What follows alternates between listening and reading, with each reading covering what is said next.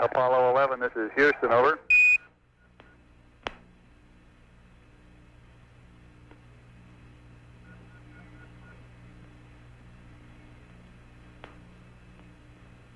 Houston, Apollo 11, are you picking up our signal? Okay. Apollo 11, this is Houston, affirmative. We're reading you loud and clear on voice, and we have a good, clear TV picture, a little bright crater in the bottom of the picture. I guess that's the spot on the tube. I'm sorry about that one. And if you could give us poo and accept, we'll uplink a new state vector and target load to you.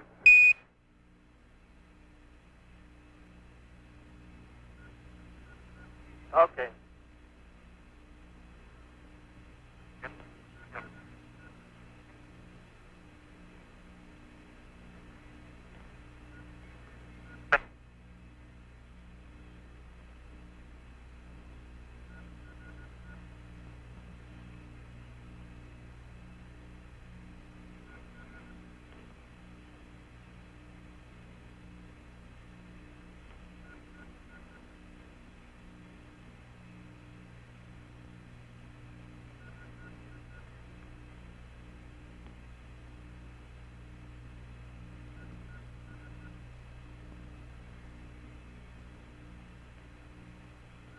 Houston, Apollo 11. On one of the larger craters on the back side, I noticed a small dark speck on the outer wall, and putting a monocular on it, I was able to see an area maybe a quarter of a mile in diameter with a really fresh-looking, dark-colored pit. That seems to be in contrast with all the other fresh little craters or holes that you can perceive on the walls of any of these craters. Around this particular one, there seems to be two or three of these, especially the one that caught my attention. It's quite remarkable. Roger, do you have a location on that one?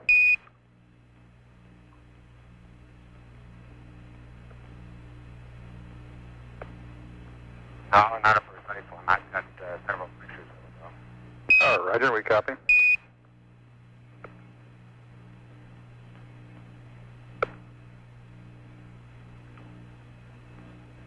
We're getting a beautiful picture in down here now, 11. The color's coming in quite clearly, and we can see the horizon and the relative blackness of space. And without getting into the question of grays and browns, it looks, at least on our monitor, sort of a brownish gray.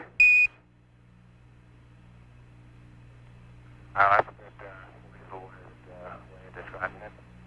It appears to me as though it made a difference just sitting back in the tunnel and gazing at all windows. It makes a difference which one you're looking out of.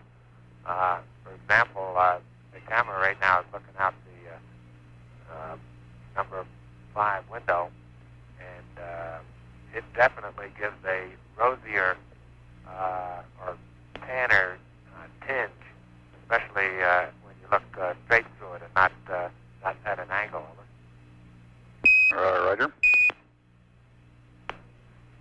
GNC flight. Hey, we're about 95 or 100 degrees east, coming up on my sea. Still holding? Okay. Say again, 11. I say again, we're about 95 degrees east, coming up on my sea. Roger, and for your information, we show you at an altitude of about 92 miles above the surface right now. Okay. Houston, Apollo 11. Did you observe a difference in the N2 pressures before LOI? It seemed to me as though the two were not equal. And the Stand by. Small B tank was a lower pressure over. Yeah, I think that's right.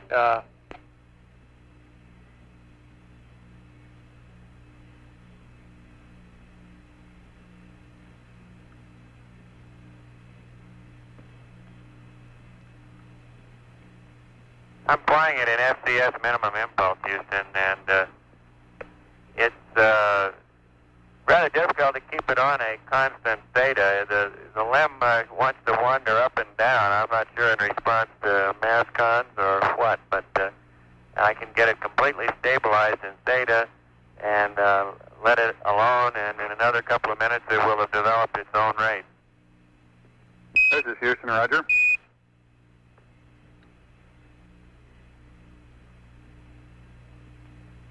Houston, we'll be moving shortly from the side window to the hatch window, and we'll try and pick up some of the landmarks that we'll be looking at as we approach power descent. Over. 11, this is Houston, roger, and we're through with the uplink. Computer's yours. You can go to block, and we'll have the information on nitrogen for you shortly. Over. Roger, copy.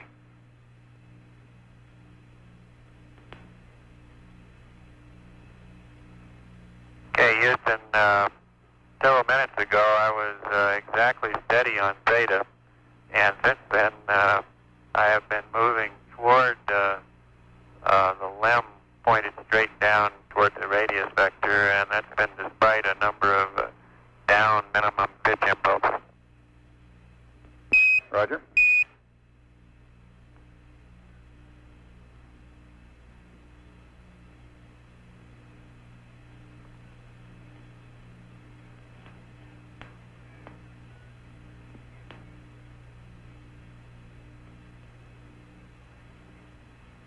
We're over Smythe C right now. Roger. We're about 88 degrees east, I would estimate. We show you about south of the southwest of the crater Jansky right now.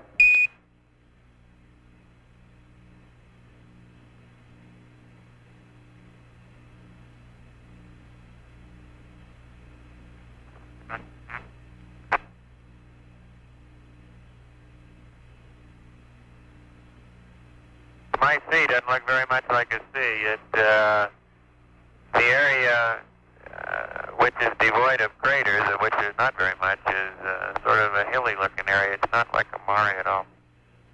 Roger, we copy that about the C, and it looks like you were just giving us a view of the crater Nieper, the large crater on the left, and Jansky on the right.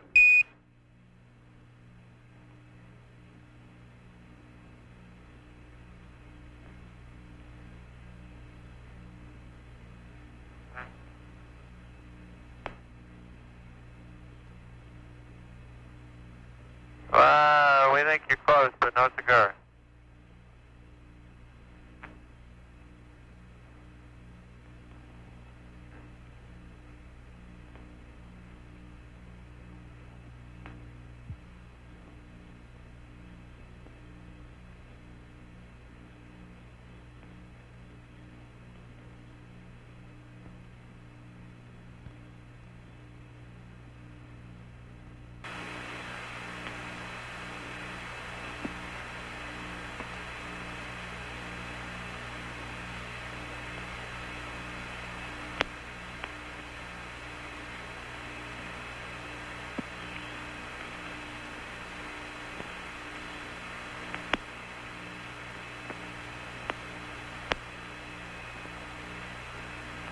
All right, 11, this is Houston. Would you care to comment on some of these craters as we go by? Roger, we're approaching the approach path to ignition. This is equivalent to 13 minutes before ignition, and we're at about 80 degrees east, I guess. 83 degrees east. Would that correspond to location you're holding in present time? Roger, we're showing your present position is about 77, 76 degrees east, looking back towards the east.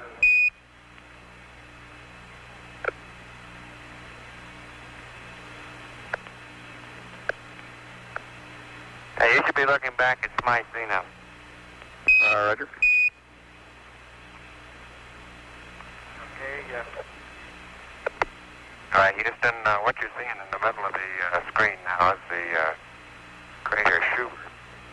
And Gilbert U is in the center right now. And this comes up at about a little over 12 minutes before power descent. Instead of looking back at it, we'd be looking straight down at it at that time. Roger. And we show you an altitude now of about 110 miles. And of course, you'd be considerably lower at the initiation of power descent.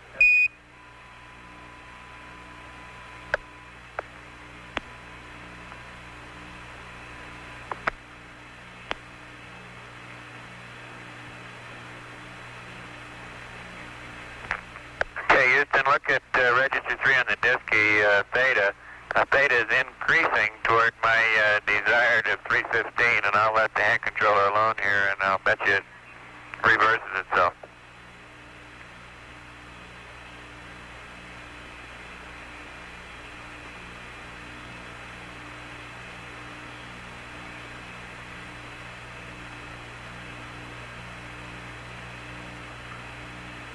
Roger 11, we're watching the Disky now, and still coming in beautifully on the TV.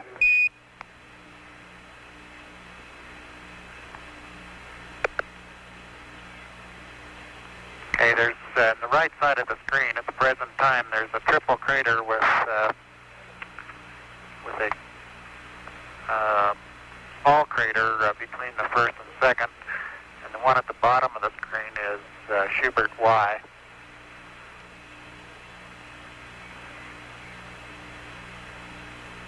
Zoom in, it does have a central peak in Schubert Y, actually several of them, and you can observe those, plus the rim craters at the bottom of your screen. Roger, we're seeing the central peak quite clearly now.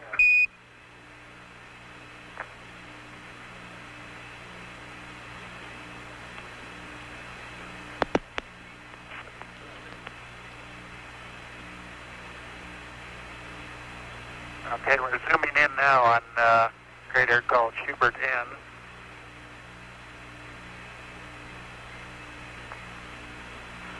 Schubert N, very conical inside walls, and the bottom appears to be nearly flat. Look at theta on the Disky. It's stabilized and is holding steady now. Roger. Looking out the window, I can see a number of small craters on the bottom of Schubert N. We're coming up on the foaming sea where I'll be doing some P-22 marking on a crater of my choice, name of Crater Camp. Okay, we'll be watching for camp.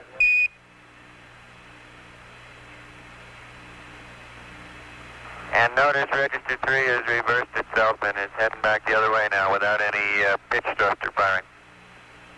Roger, Mike. We confirm that you've changed the direction of your pitch rate.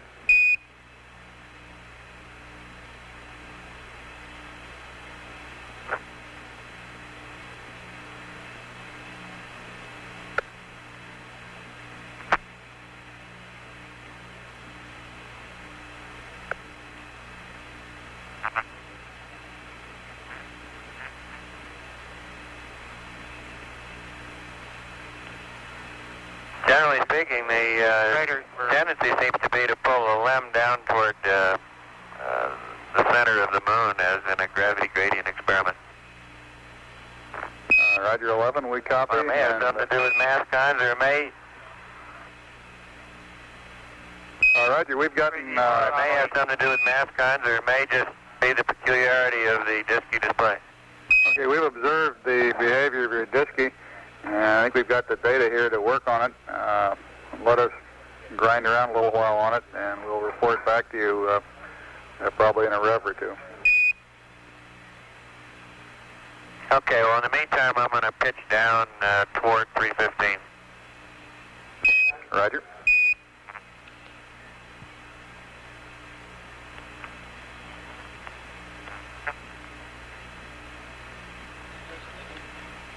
three craters, three horizontal craters that you now have in the field of view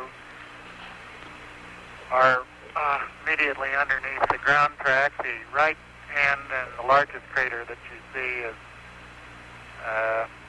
Dubiago P.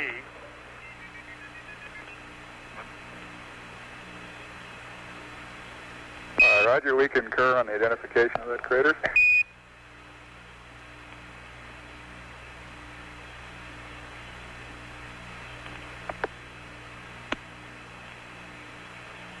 And we show you coming up on landmark Alpha 1 here shortly.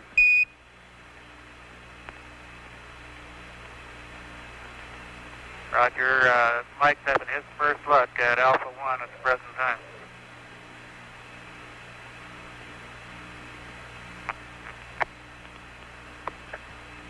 Yeah, there's a great bright crater. It's not a large one, but an extremely bright one. It looks like a very recent, and I would guess, impact crater with rays streaming out in all directions, which should make the foaming sea easy to see coming up on it. Now, Crater Camp is one of the smaller ones out on the floor of the foaming sea.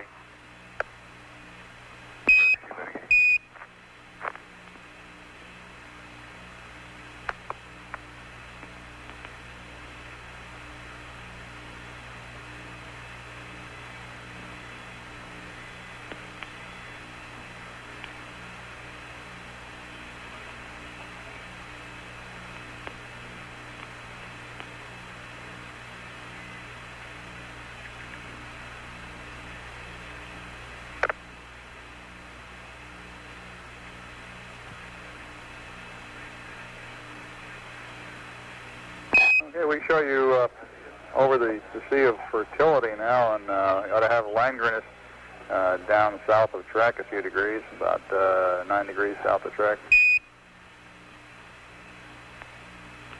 Yeah, the crater that's in the center of the screen now is Webb. We'd be looking straight down on it at about 6 minutes before power descent. It has a relatively flat bottom to the crater, and you can see maybe 2 or 3 craters that are in the bottom of it. On the western wall, the wall that's now nearest to the camera, or near the bottom of the screen, we can see a dimpled crater just on the outside. And then coming back toward the bottom of the screen and to the left, you can see a series of depressions. It's this type of connected craters that give us most interest to discover why they're in the particular patterns that they're in. I'll zoom the camera in and try and give you a little closer look at this. Roger, we're observing the dimpled crater now. The central peak that we can see on the orbiter photos doesn't seem to stand out very well here.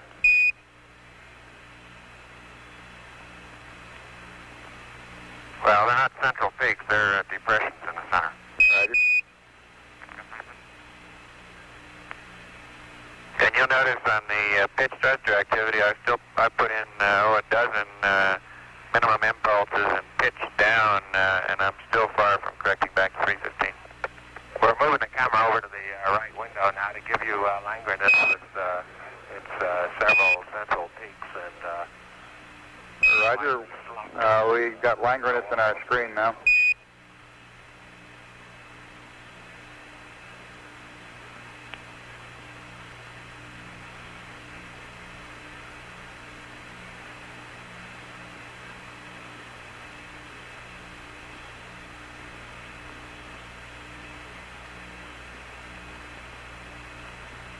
Okay, 11, this is Houston. We're getting a beautiful picture of Langrenus now with its rather conspicuous central peak.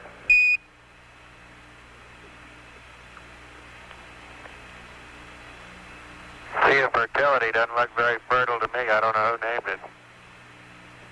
Well, it may have been named by a gentleman whom this crater was named after, Langrenus. Langrenus was a cartographer to the King of Spain and made one of the early reasonably accurate maps of the moon.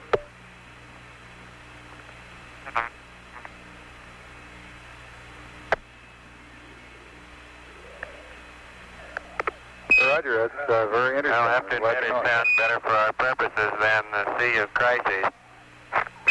Amen to that. Okay, it looks like you're coming inside now on the camera.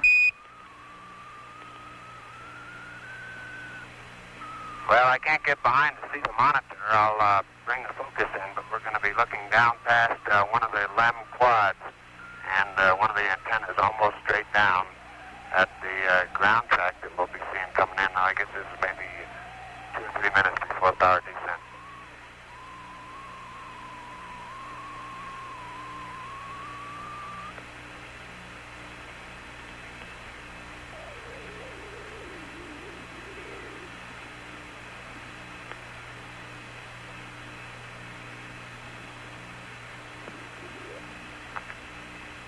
All right, that should put the LEM structure about in focus. Now I'm going to move it out to infinity and then expand the field of view.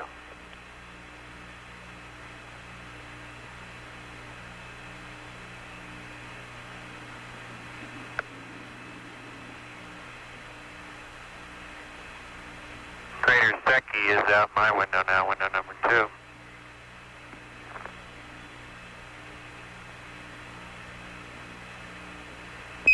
Apollo 11, this is Houston.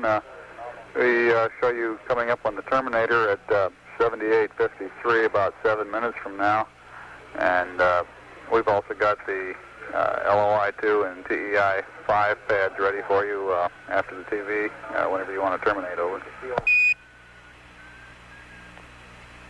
Roger. And we're getting a good view of the track leading into the landing site now.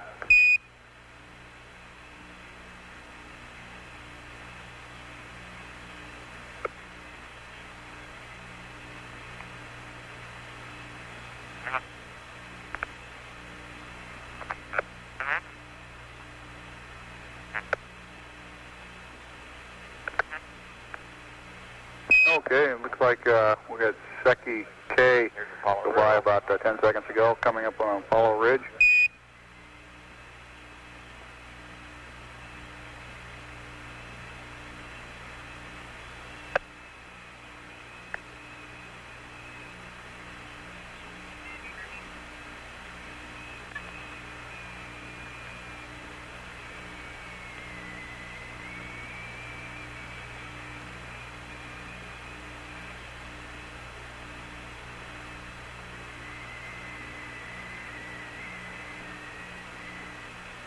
And in the right-hand portion of our screen right now, we can see Messier, Alpha, and Bravo with the light-colored rays streaming off in one direction.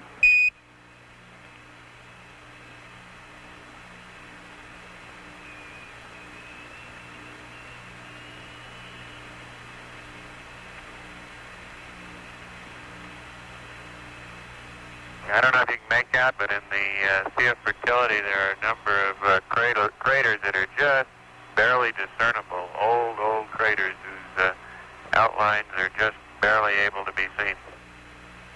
Roger, I think we can make them out. The color really enhances our ability to discern features and craters over what we see in real time on our black and white monitor. Right. At these low sun angles, there's no trace of brown. It's now returned to a very gray appearance, and like the acre says, it has a look of plaster of Paris to it at this sun angle, which is completely lacking at higher sun angles. Roger.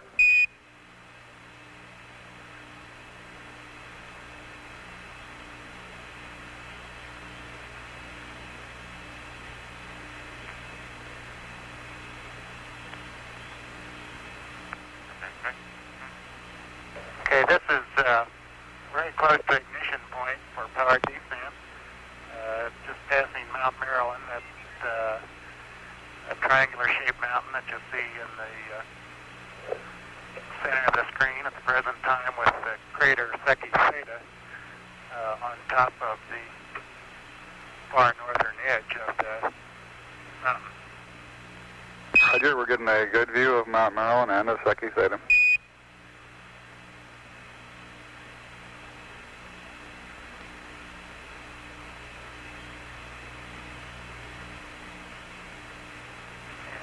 now we're looking at what we call Boot Hill. Occurs 20 seconds into the descent.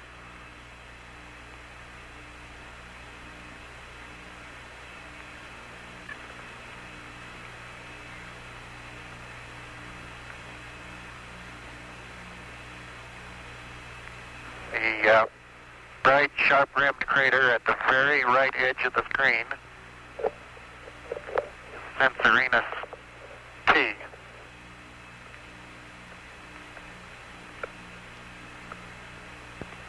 Now passing the 1 minute point in power descent. Roger, and for your information, your current altitude is 148 nautical miles above the surface.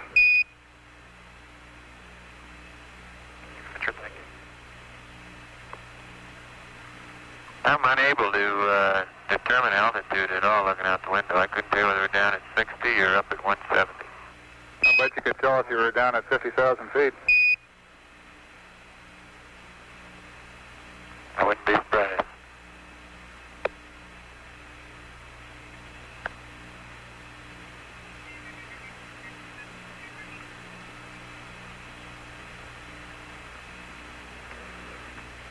We're passing some steep ridges here, the edges of old craters that were photographed by Apollo 10, and the crew of Apollo 10 was very impressed with the steepness of these ridges when they came over them at about 50,000 feet. So, Roger, we can observe they're also steep even from this altitude. You've got quite a shadow being cast by the sun at these low angles. The entire surface is getting considerably darker than the surface that we looked at previously when the sun was quite high above us. Crater in the bright crater in the center of the screen now, the smaller one is Censorinus. Roger, and we show you a little over 1 minute from the terminator at the present time.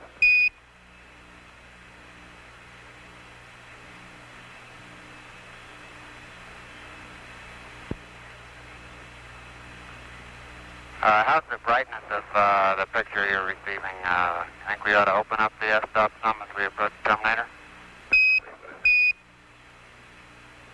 Yeah, the brightness is still doing quite well. You can go ahead and open it up a stop or two. The automatic light level compensation seems to be working beautifully.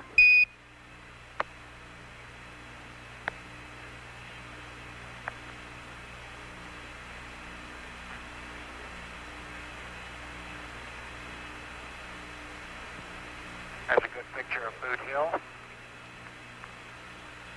Roger. 3 minutes and 15 seconds into the descent. Roger, we're seeing Boot Hill now. And the next crater coming into the bottom, that's Duke Island right there, and to the left, the crater, the largest of the crater near the center of the picture right now is Maskelyne W. This is a position check during descent at about 3 minutes and 39 seconds, and it's our downrange position check and cross-range position check prior to yawing over face up to acquire the landing radar. Past this point, we would be unable to see the surface below us until getting very near the landing area. Roger, I imagine you get a real good look at that tomorrow afternoon.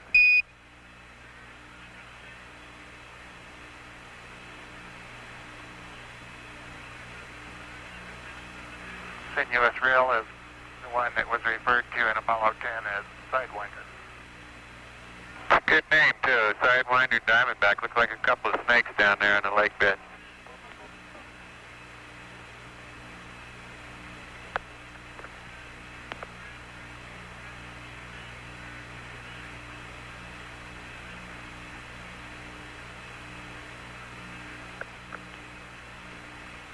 And we're approaching the terminator now. see the contrast increase, and only the sunlit side of the bridges remain illuminated, while the dark sides in the shadow will become completely black. 11, this is Houston. The picture is getting a little grainy now. You might go ahead and open up the f-stop.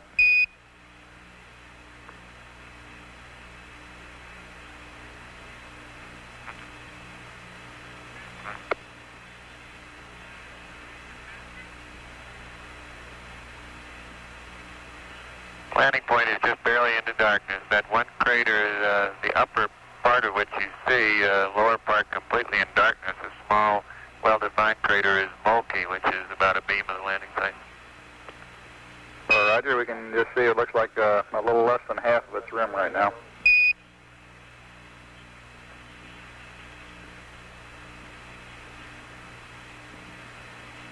And we can make out just barely some features on the surface, maybe from Earthshine.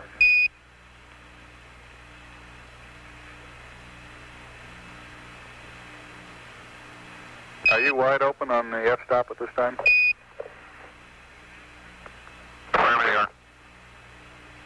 Yeah, and it looks like we're just about to get the sun coming into the lens, so we'll have to move the camera away. Roger. We can't see any Earthshine or any surface features at all in Earthshine now due to the fact that the limb is very bright and is causing our pupils to contract. It's a very fantastic view to see the terminator as you look along the edge of it. I think you'll agree that some of these craters that you're seeing in the picture now are really accentuated by the lengthening of the shadows as they approach the terminator. Yes, it's a very beautiful and rugged sight that we've got on the screen now.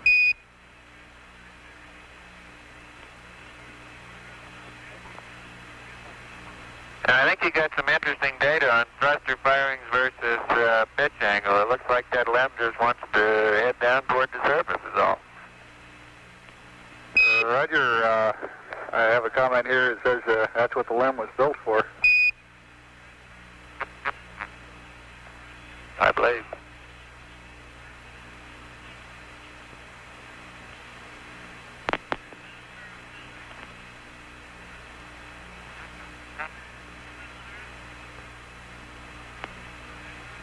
And as the moon sinks slowly in the west, Apollo 11 bids good day to you.